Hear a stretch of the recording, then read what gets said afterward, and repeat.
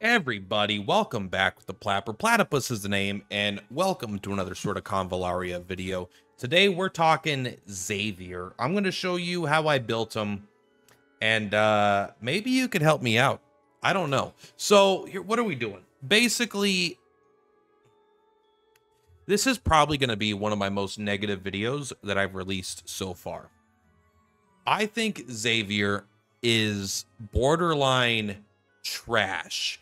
And it hurts me to say that because he is one of my probably top 5 visual design characters. Even his idea for his kit, I think, is cool, but I don't really think it works out. So who is Xavier? Xavier is a Iria Fortitude champion. He kind of, what does he do? He doesn't really do anything. He specializes in killing shitty weak units. Yes, if there is a lot of really weak units around him, he's good at killing them. You know who else is good at killing a lot of really bad units? Anybody, because they're a bunch of weak units.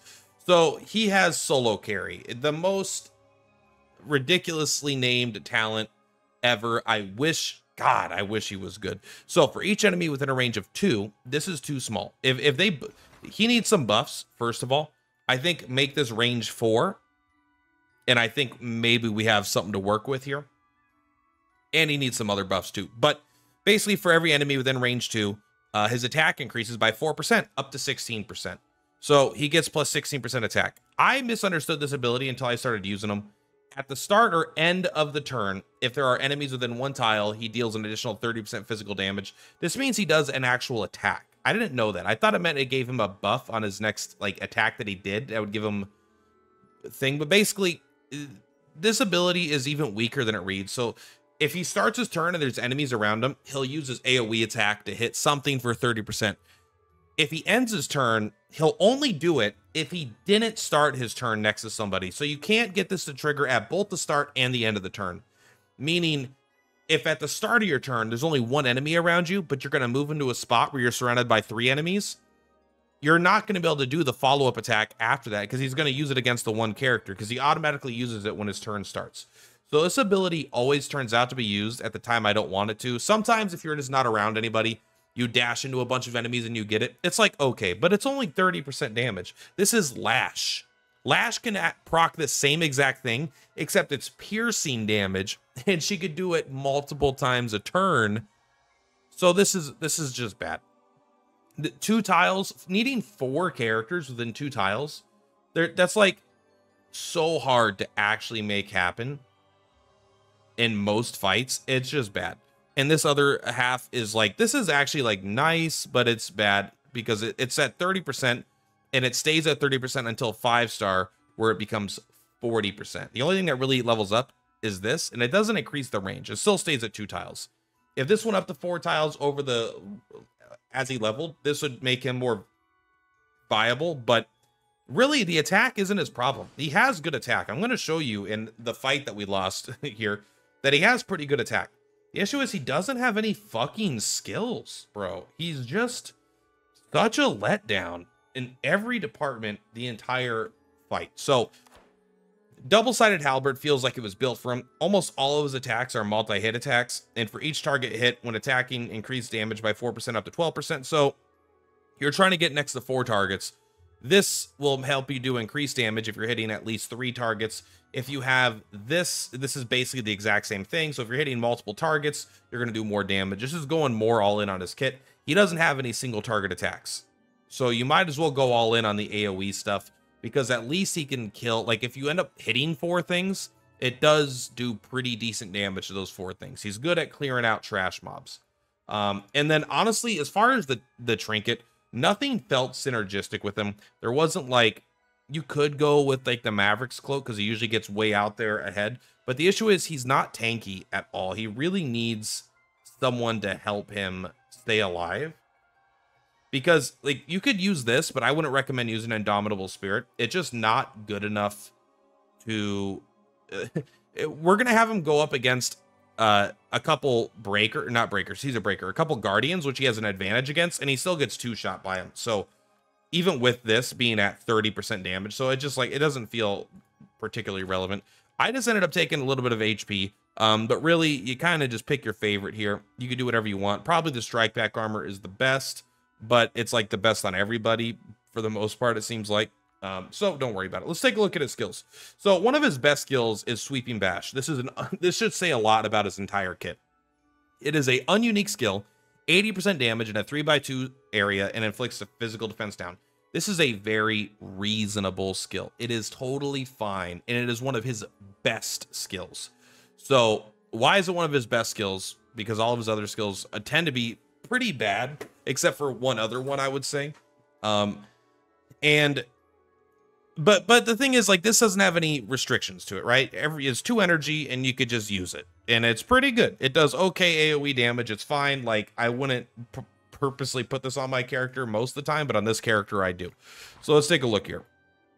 So rank 1, I actually think is pretty. These are both reasonable. You're probably going to use one of these, in my opinion. After dealing damage on the character's turn, grants 20% lifesteal. This could be okay if you're going to take the strength activation, which I think you should, to get the damage up. I think that you are probably going to want Combat Frenzy, because then you just have guaranteed lifesteal all the time. Every time you attack, you gain life, and then when you gain life, you get damage up. So I think these actually work together, but I wasn't going to spell the Castilla to do it. I went with what I thought would be more powerful the first time. So I took this, just a passive 20% increase to your attack all the time, which is good, but it's not like, I think this is like necessary. It lowers his physical and magical defense, but he just doesn't do enough damage, I feel like, without it. So at rank 3 is maybe his worst rank in the game. Chaotic Battle, 70% damage to all enemies within 2 tiles around him, generating 40% lifesteal and inflicting healing received down 2. Almost everything about the skill is lackluster. The fact that you can't use it every turn means I probably want to use the other skill if I only have 1 slot for a 2 energy AoE hit. I'd rather have something I could use 2 turns in a row. This you can't use 2 turns in a row. This does 70% damage instead of 80% damage. It does hit all around you, and it does generate life, but it only the life is based off the damage you deal, and you don't deal that much damage. And the healing down, if it turned off healing, maybe it'd be fine. Lowering enemies healing is like, it's just like such a meh skill. I honestly don't think it's better than just doing a little bit more damage in the tiles in front of you and doing physical defense down. I actually think Sweeping Bash is just like a little bit better most of the time. If you really, really need the lifesteal, like, I would still rather just have this and then have this up all the time. Because then if you have this, it basically turns the other skill into a borderline, just straight up better version of the skill. Legacy of Comrades is fine if you have a bunch of summoning things. It becomes pretty good, actually, because then you get like permanent buffs. But it's not really good until the next character comes out. Indomitable Spirit sounds really good. Reduces incoming damage by 40%. However, I am using Risky Move to increase my damage, so this basically becomes irrelevant.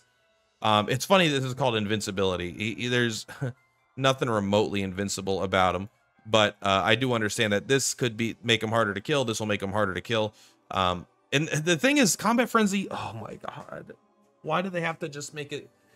After dealing damage on the character's turn, this doesn't even work with your 1 strike back synergy. You have one ability that will let you do preempt, and it doesn't even work with that. You have to use it on your turn. Would it be too powerful if it healed you when you did preempt once every 6 turns? Probably not, but there we go. It's Combat Frenzy continues to frustrate me. I do think the damage buff from this is pretty good. When you come up here, he has the bad Iria flag.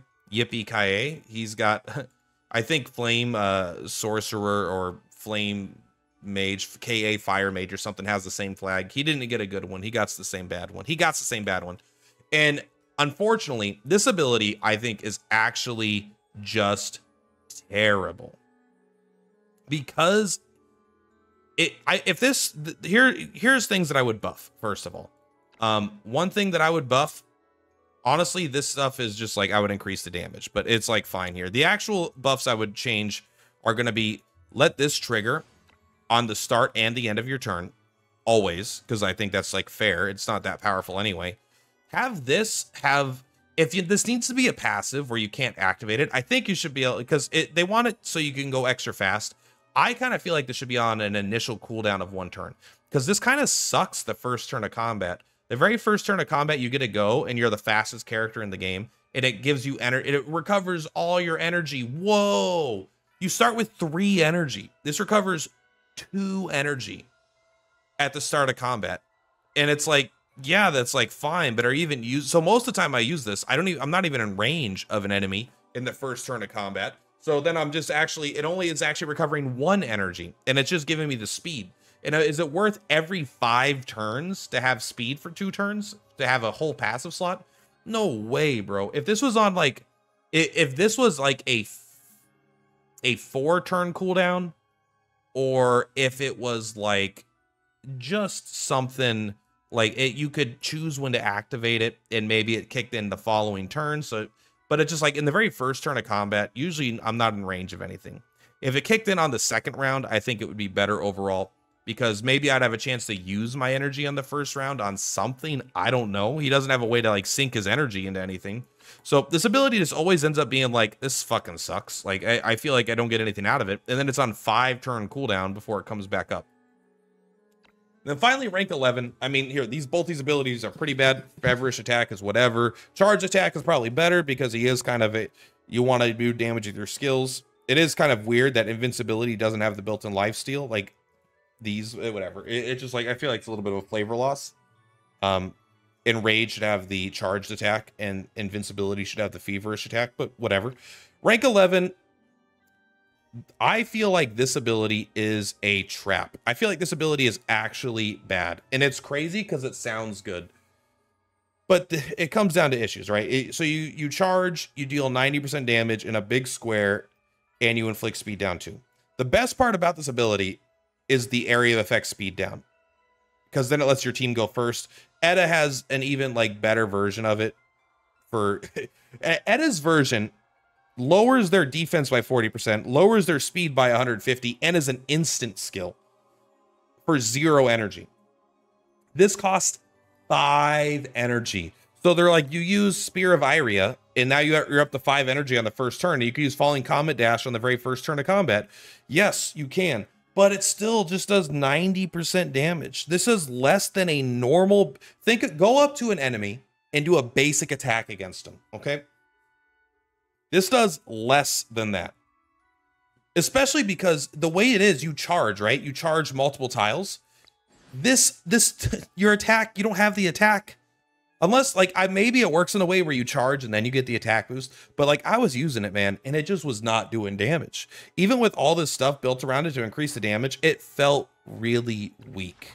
The speed down was fine. The 5 energy meant it was just like fucking unusable most of the time. Make this 4 energy.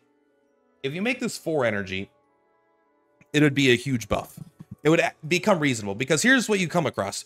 You spend 5 energy because you use this. You have 5 energy. You rush in. You do some damage. If they're weak, maybe you can kill them. If they're normal enemies, you're not going to kill them. But when your second turn comes around, you go up to 1 energy right now. If this is because this is at 5 energy. So your next turn comes around, and unless you have specifically this ability and you've used another ability, nothing else you could even use. All your abilities are 2. You're just stuck there doing a normal auto attack, a charged attack, you know, and you're going to die because you just threw yourself in the middle of them without your allies around. And if your allies are around, it means that like you probably didn't use the speed right. So he doesn't really like, he just doesn't work. But if you have this one and this one, you could run in, do it. Then you can Muso the next turn, and it's like, whatever. It's like not great, but it's like, okay. But this ability is actually decent. This is his one ability that I think is pretty decent. I think Chaotic Battle is bad. I think Indomitable Spirit is pretty not good. I think Spear of Iria is not very good. I think Falling Comet Dash looks good and it sounds good, but I think it just doesn't do enough damage. And it just puts you in a spot where you're going to die. And I think you're better off with other stuff, basically. But this ability is actually pretty good. This gives you 110% damage. So you're actually doing a little bit more damage. Whoa. You can hit 3 targets in a 3x1. It's actually not that much harder to hit 2. Like hitting 2 targets with this is about as easy as anything. Like it's pretty easy to hit 2 targets with this in a lot of fights. So you are getting still multiple targets, which is good. And you knock them back 2 tiles. This is what's crazy. The worst part about this ability is that it knocks them back 2 tiles. Because now you go up to an enemy, you use this, you knock them back, your turn ends. You don't get to use your own trait. Your own trait won't proc where you deal the damage around you because you knock them out of the range of your trait. You knock them out of the range of your increased damage. You knock them out of the range of your indomitable spirit. It's just like the knockback is like the exact antithesis of what he wants. It's so weird that it's in here. Now, sometimes you could use it to knock things off a cliff. That's nice. But I think for his kit, the knockback is almost always a negative. But after attacking, you do get parry and preempt. Parry is good because it triggers infinite amount of times per turn. Before you get attacked, even if they're trying to attack you in the back, you're going to turn and face them. Again, this should be in the invincibility tree. This is not an enrage thing. The running up and hitting things is more enrage. And becoming parry and preempt, this is invincibility. This is more survivability. So if something's going to hit you in the back or anywhere, you turn to face them and you get additional physical attack to your defense. So if you have a lot of physical attack, you'll get bonus physical defense. And then the first time around, you will attack them first. So it's pretty good, but it doesn't synergize with the stupid combat frenzy. So if you don't have something else built in, it's like, it's fine. It's not like great at all, but it's like fine. It lasts for 2 turns. It's a 4-turn cooldown, which is long, but it's like a reasonable skill. You could use this and then still have energy over where basically every turn, you're just going to go around chopping with sweeping bash. Maybe you could bring falling comet dash. The only time it really works that well is if you falling comet dash first. Like if you use Muso, falling comet dash, and spear of Iria, then there's like, that's a little bit of a build going, but I think this is one of his only skills that doesn't really need a buff. I think this is reasonable. I think this should be like his rank 3. Like if you completely just get rid of chaotic battle, rework it, this ability could be here. It's a pretty good ability. It's fun to have. It's powerful. This just needs to go down to like 4 energy or something, because it's not like the weakest attack of all time. The speed is fine, but it doesn't really matter that much, if I'm being honest, and it's just not that strong. Also, the worst thing about this ability is after 2 turns, your speed falls off. So you go first. On the second turn, you go first again. This is what happened every time I did this, right? Didn't have this because I don't want to use Castilia, and I did just to see how good it was. Is I would go in with Spear of Iria, because I go first. I would smash them, right? Boom. I would do little damage, but it was like, okay, that was whatever. It was reasonable. The second turn would come around. I would have 1 energy, not enough to use any skills, but I would still go first. So I would attack because I only have 3 movement. So I would attack. And then the third turn would come around. This falls off. So after you attack an enemy with normal, the enemy gets a turn to go and they start fighting you, and maybe you live, maybe you die, but then your speed falls off. So they get a second turn. They get 2 turns while you're surrounded by them in a row. It's just, it all doesn't fucking work together. It's just a mess of a character, honestly. This ability's fine. I think if you give him a couple buffs here, you make this trigger maybe on the second turn, you make it have a 3-turn cooldown or something. Maybe it's insanely OP, but he needs something that's OP. This ability needs to go down. That way, if you use it, you have 2 energy on your next turn. So then you could then use maybe a chaotic battle, buff this up to 90% damage as well. Now you're actually healing something. Then there's like, you can make it work. And especially, just buff the trait. Make it so the trait procs both at the beginning and at the end of the turn. I think that's so much better. And overall, I just think he's like a trash-ass character. I think this might be the worst character in the game, legend-wise. I haven't tried Miguel. Miguel has a lot of abilities that read very weak, but like, holy dog water, this guy is unfortunately just bad. And honestly, still, again, I think he's super cool. He looks like a protagonist. This looks like a main character in a Fire Emblem game, right? Like, I want this guy on my party, bro. He's a solo carry. But, oof, man. All right, let's take a look at the battle here. You're going to see there are 2 losses. I even brought Gloria to buff him. I brought Coco to keep him alive. And I brought Dandelion to give him the best version of, like, I gave him the Irian flag. And he still is just, like, his damage looks okay in the very beginning of this combat. But, like, as we go later on, you're going to see. So, let's let this first round... He goes first. I don't think I rush him in, though, because I took off the... I took off Spear of Iria. And I took off the other one here. What's it called? I took off Spear of Iria, and I took off the the big dash because they just were not. It was just getting them killed. And instead, I wanted to try Muso, so I did spend a Castilla to do it, which I regret. But I was hoping maybe that would unlock his kit. So he's basically going to be using these two abilities over and over. You know, use this every 4 turns and then just use this in between. Charge attack, maybe if he needs to. So this will actually make him look pretty reasonable at the beginning here. He's got 4,000 attack.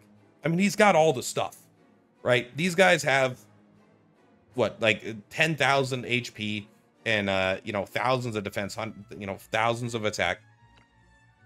So he's gonna look pretty good here. And we're even giving him an additional buff here by putting this down, right? So I'm trying to make him look as strong as possible, which is really what I wanted to do. And here we go. Boom. You got to hit them both. But he knocks him back so he doesn't activate his own trait. Very fucking awesome instead of killing him in 1 turn. So then he gets to... I know that this doesn't look good, but honestly, he just died here. So I ended up having to pull someone away. There we go. So now he's going to be able to use this.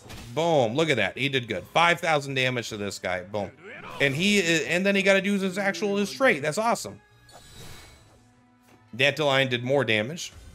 With that, also keep in mind, all right, he is doing double damage.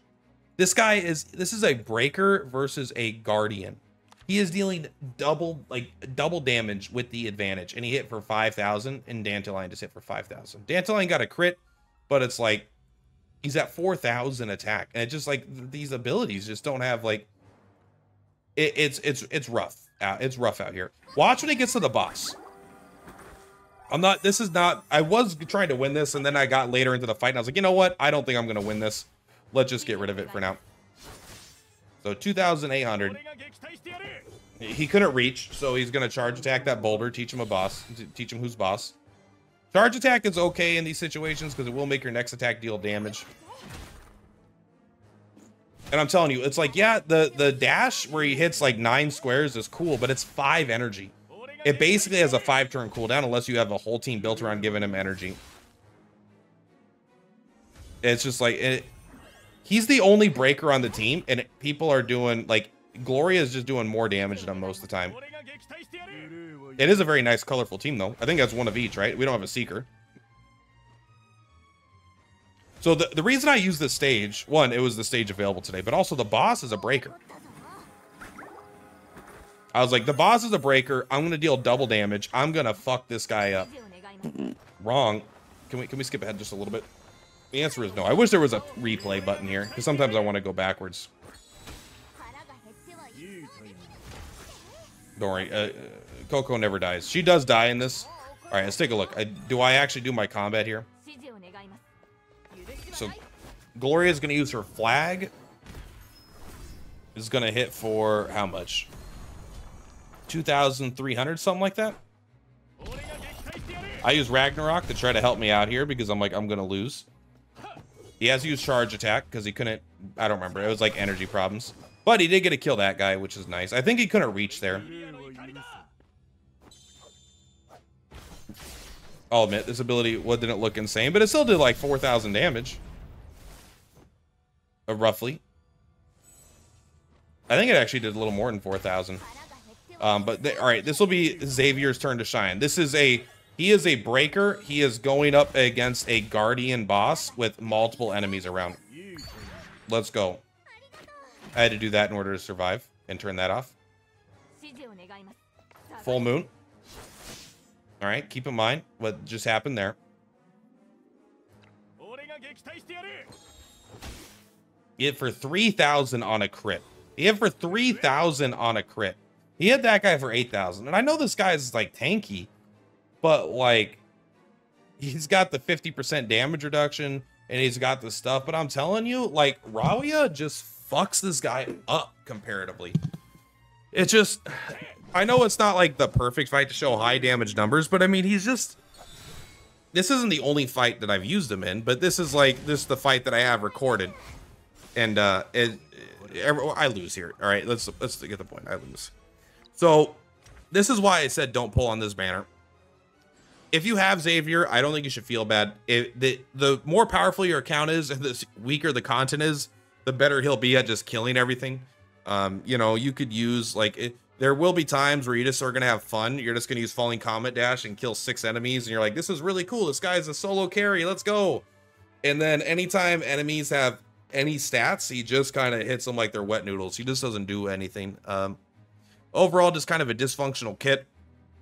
Like, his abilities are non-combos. They just don't work well with each other. And his damage is too low. His survivability is too low. He has I think this would be the first character that I would love to see some buffs, or like at least do like, I don't want him to do a signature weapon because that costs money, but do something. Just give this guy some love, please. I want him to be meta for something. Meta for something. He doesn't need to be the top tier for everything, but can he be good at something that is relevant, that is important to be good at? Gloria's better than him at killing with her sword, moon sword thing, right? She does more AoE damage than he does. Anyway, now I'm depressed. All right, guys, Xavier is a no-go. D tier character. This is gonna be spicy. I just thought about the thumbnail. All right, much love for Platypus, Purplatypus. Bye.